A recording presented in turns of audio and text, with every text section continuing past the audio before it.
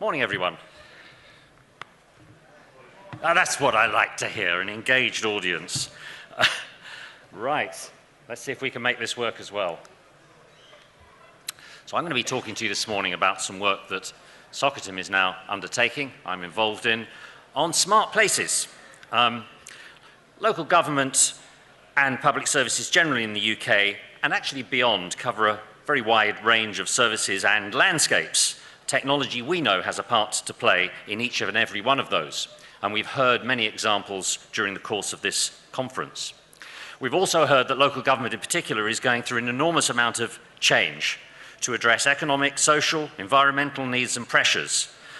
We have unprecedented pressures from cuts and growing demands on services. There is an opportunity as well as a challenge of devolution with the resulting need to integrate services better. We have to engage society and citizens better. We know that people have become disaffected and disillusioned with a centralist, out-of-touch political system. We have been surprised by recent referenda in the UK, but actually it's a symptom that we see across the whole of the world. I see local government in the UK rising to this challenge, taking advantage of the opportunity to do things differently through so-called digital means and the power to transform. For me, this is much more than making transactions digital, automated, introducing self-service. It's more than just becoming a digital council. It's certainly more than exploiting technologies such as IoT. In my view, it's about creating digital ecosystems or smart places where digital business, digital citizens, digital public services can interoperate for mutual benefit. In particular, and I don't know if you can read that from the back of the room, apologies if you can't, but what we have on that slide are things that need to be connected.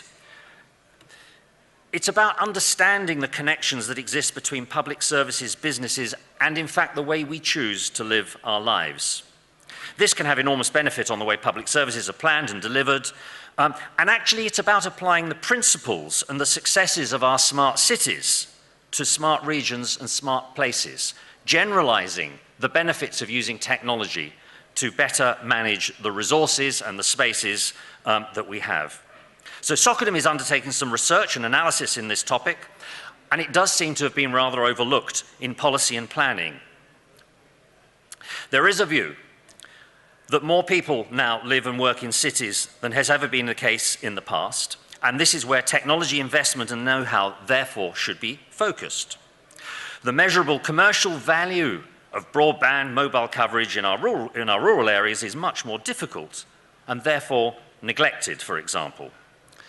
But only about 3% of the UK is built environment. The other 97% is the stuff in between that we use on a day-to-day basis.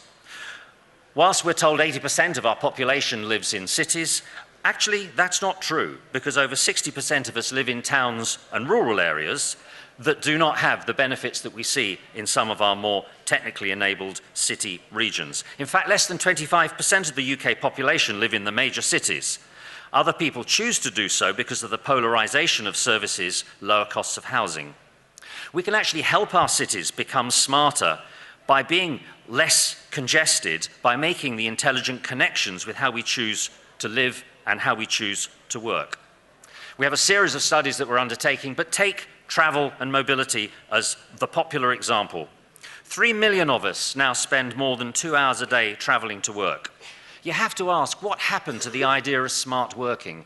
What happened to the idea that work is something you do, not somewhere you go? Whilst most of us do some home working, most of us still commute on a daily basis, and commuting patterns have distorted house prices, rents, and the location of jobs across the UK. Local demographics have been distorted as a result of that, with many young people and young families choosing to move away from smaller communities and rural areas because they have to, because of the cost of travel, the difficulty to travel, or indeed the cost of housing. And that creates new social issues, those of loneliness, isolation, or communities that are no longer sustainable. We plan to solve our city congestion with smart technologies such as IoT sensors, congestion charging, intelligent management of the infrastructure, and of course in the future, driverless cars. I think this is fine, but we also need to address the problem by making connections between why are we traveling and how can we reduce the demand on some of our travel habits. Those issues have been highlighted last week by the Transport Select Committee that has criticised the UK's management of its rail infrastructure, overcrowding, over complex ticketing systems, poor integration of related travel means, and of course, outdated working habits that I mentioned before. So transport planning, as one example only, and smart mobility needs to include things like where we build our schools, how we plan the school day to reduce that school run congestion. We need to truly integrate transport systems so that if I'm coming here to give you a talk at a conference, it's immediately clear whether it is better for me to go to Bletchley or to Milton Keynes on the availability of trains and, of course, the availability of taxis at the end. This is important not just for business growth, job creation, but also for promoting more smart working, home working, and our digital public services. These are just some of the things that we're very familiar with in our everyday life. These are, if you can read those at the back, I think that's a little bit blurry, but you've got here a mesh of broadband, you've got being safe at home, smart policing, the list goes on. These are all things that connect whole places together, not just our cities. And we're looking at a range of topics. So business growth, digital investment, stimulating the local economy is one. Education, skills, digital apprenticeships, jobs, and smarter working for everyone is another area. Democratic rebirth, digital leadership, local service governance, well-being boards, the alliances and the digital citizens connected to a more engaged society. I mentioned environment, protecting our assets, pollution, waste management. These things need to be joined together. And of course, the implications of digital opportunities on society and our communities, including health, resilience, safety, and integration of public services. Lastly, but not least, a particular bugbear of mine is the state of our digital infrastructure and the technology that is necessary for digital businesses, digital public services, and communities alike. We do not have good mobile and broadband coverage yet across the UK, and we need to be able to deal with that. I think local government is in a unique position to use technology and the connections that we have in our local communities to address the issues. Wave at me. Can you read those words in the back of the room on the right-hand side? You can read them because you've got the side screens. That's great. These are the issues on that right-hand side that we're trying to grasp with. The economy, sustainable communities. These are the issues that if we manage them well in our planning, if we manage them well in the way that we can apply technology, we can help to address the issues that I read about in the press just today, such as troubled families. We know troubled families are a major issue in joining up relational services and reducing future pressure on public services.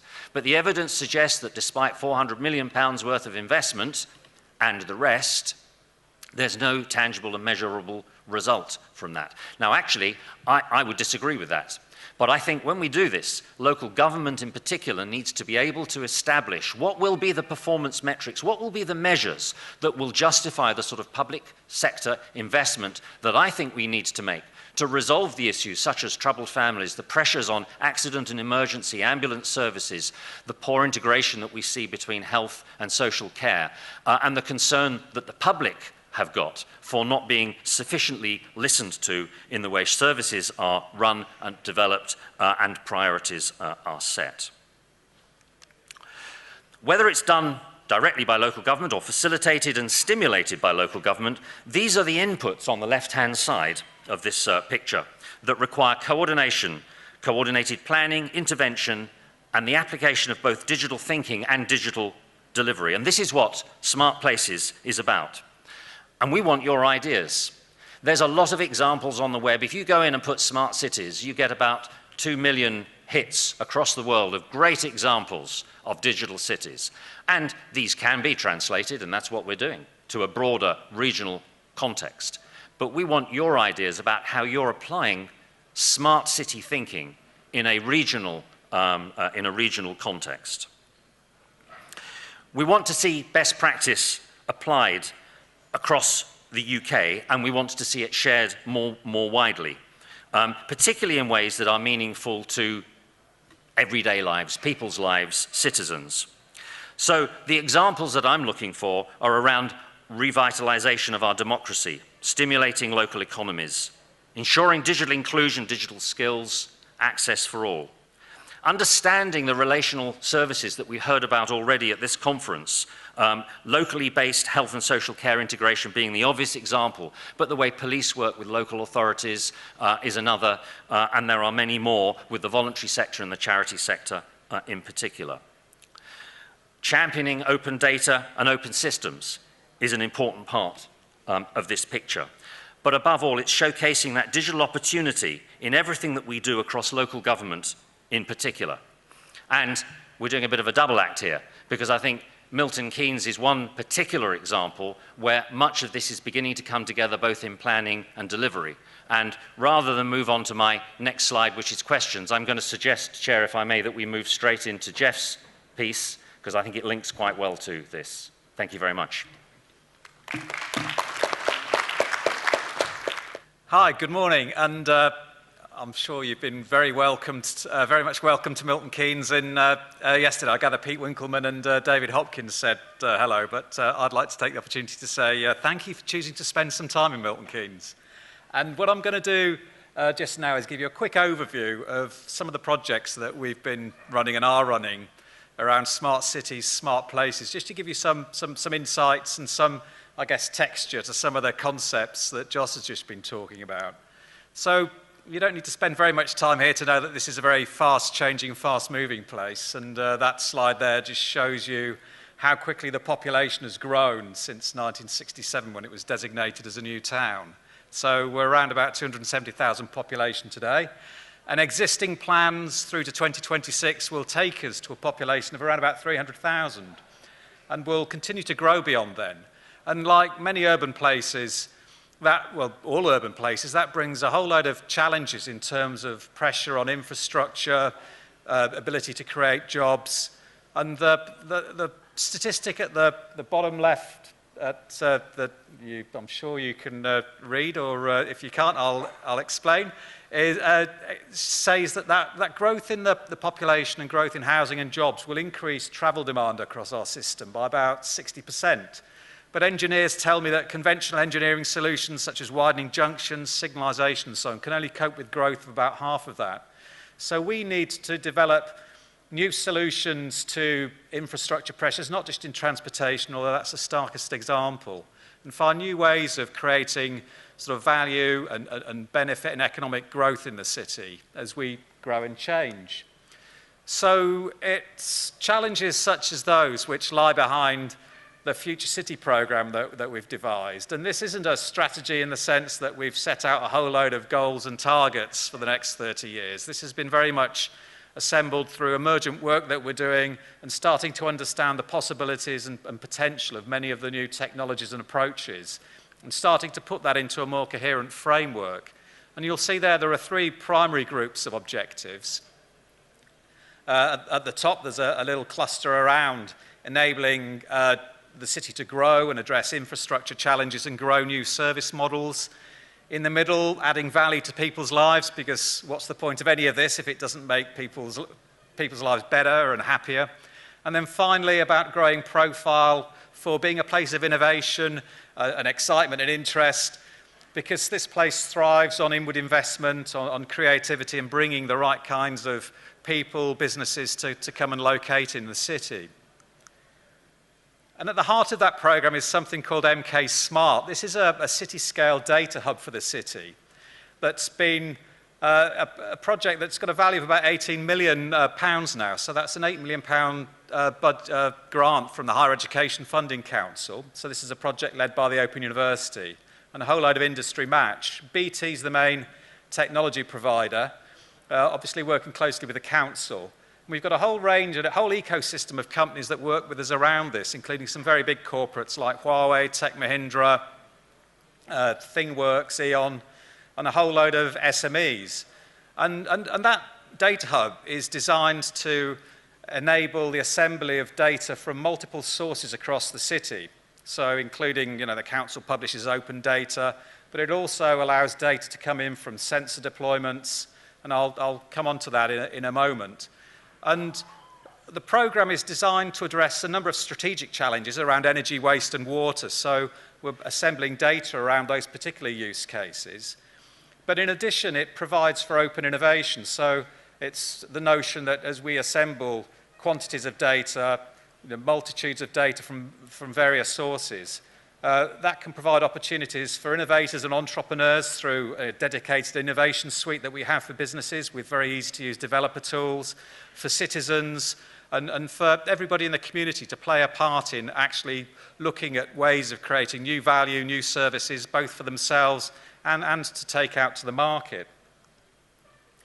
So as well as that data hub, we're deploying sensors across a whole range of use cases across the city using a range of different wireless technologies. Most recently, BT have installed a LoRa network across the whole city, so a low-powered wide area network. So what we're aiming to do, and what we have achieved, I think, is to establish an innovation capability across the whole city through the ability to manage and assemble data, as well as transmit data from sensor deployments that lower the barriers to innovation. So if someone's got an idea, a sensor, they can come and plug into our system and play with it and see how it goes, how it integrates with other possibilities. And one of the things that makes this a very distinctive project sort of internationally, and we get an awful lot of attention on this sort of globally, is that at the heart of it is work that looks at how you can use the data in very sophisticated and integrated ways. So data can enter the hub with terms and conditions attached to it, which means that ultimately it can be sold and priced, but also quality can be guaranteed. Because if you're running a business that relies on data feeding from here, you want to be able to have guaranteed quality, frequency, a whole range of things. So it's not just about putting a whole load of data and allowing people to access it. It's looking at anticipating a future in which you'll be trading data, paying and gaining income from data, and assembling services that rely on these kinds of systems.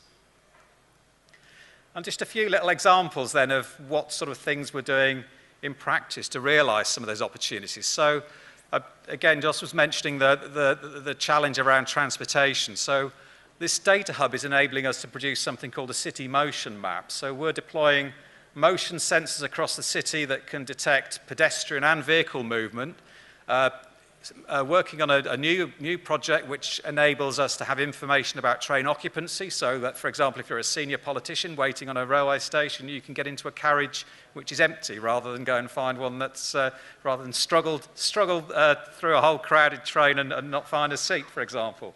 So pulling together information about motion, about ride opportunity, timetabling information, and providing an app, which means that when you get up and you have your breakfast, you can choose the best way, the most rapid way in real time to get to your destination. And that mobility map provides a platform for a range of new and innovative transportation methods that we're developing, which again are very data dependent because they're predicated on this notion of mobility as a service, whereby transportation, mobility services are wrapped around the individual. Using data and information, you pull the transport solution to you rather than having to go and find and fit with a prearranged timetable to a prearranged destination. So a project we're doing on autonomous mobility. On the left is a project we're doing with JLR, Tata and Ford, which is trialling their autonomous saloon car products in the city, and we'll be doing that in more and more complex ways over the next couple of years. We've also got this project which we had a lot of publicity around last week, which was the first public outing for an autonomous vehicle on a road, it's on pedestrian spaces in Milton Keynes. And these pods these are autonomous pods, so the model is that they'll pick you up from the railway station, take you on your last bit of the journey to your office or shop and drop you off. And then rather than just park there, and most cars spend about 90% of their lives parked doing nothing, occupying valuable real estate, it can go off and pick up someone from another ride somewhere. And these pods we create a 3D template of the whole operating environment in the city, And the pods use LiDAR, stereo cameras to detect changes in that environment. So they steer and move around in it, just as you or I might do by seeing the environment and seeing changes. I'll skip this next one because I'm probably talking a little too much about this because I get very excited and involved. Just last couple of slides, I mentioned this notion of citizen engagement, and we've got a range of projects that wrap around these city initiatives. So at the top left, you'll see that the Open University runs something called a MOOC, so that's a massive open online course that's been studied by tens of thousands of people across the world now who want to learn about smart cities using Milton Keynes as a case study. Little project down on the right-hand side, a citizen innovation project. So what we do is we've got a fund, and we invite citizens to bring forward ideas, and they work with real people, so it's not all just online and digital. They actually work with community workers who help them develop their ideas, and the best ideas, we provide funding and developers and help them develop an idea and bring it through to fruition. And then finally, I thought, just trying to wrap this up conceptually for you to give you some extra added value, just trying to think about what some of these things mean. And I guess just as a sort of simple sort of few headlines really, that traditionally you see on the left about how local authorities use information. You bring information in from citizens to understand what's going on the ground. The local authority makes some choices about the services, and those are delivered, and they're responsive, and you do channel shift to do that efficiently and to get that information efficiently. But you see on the right, increasingly what we're moving towards is an era where people are using information to shape services around to suit them, and that doesn't come anywhere near the council. It's through people engaging with these services and providing information which allows that service to adapt around them, and for other enterprises, other interests in the city to work collaboratively to provide data together, and that mobility map is a good example, whereby there is mutual benefit in that collaboration. And again, there's value created, new opportunities created, but the local authority doesn't get that closely involved. So much more of an organic, self-managing and self-developing system. So I think I'd better stop there because I'm sure my time is up, but I'm happy to answer some questions. Thank you.